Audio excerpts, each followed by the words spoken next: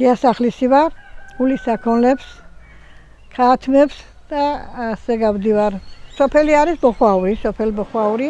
ამხანაგური სოფელია, დიდი სოფელია, მეზობლური სოფელია, კაი სოფელია. ეს არის დუაბზუ, მდინარე დუაბზუ. წელიწადში ორჯერ დილდება ეს წყალი.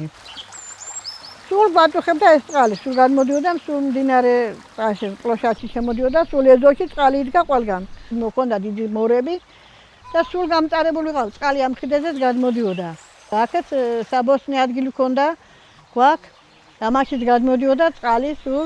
იქეთ სათხილე მაქვს, სულ წყალს მიქონდა ყველაფერი, თუ არ მოხიკავდით ხილს დანიგოს. კარტოფილი როცა მეცეს და კარტოფილის ძირებს უთხრი დათლა და დავრეკავდი მე სამაშველოში, ხან ლომით, ხან რამით გავყავდა ვატანის შეშებს. ხან ვიდავდი აგერ ახანის ცენტრებდამას, რომ გადმოქონდა წყალი.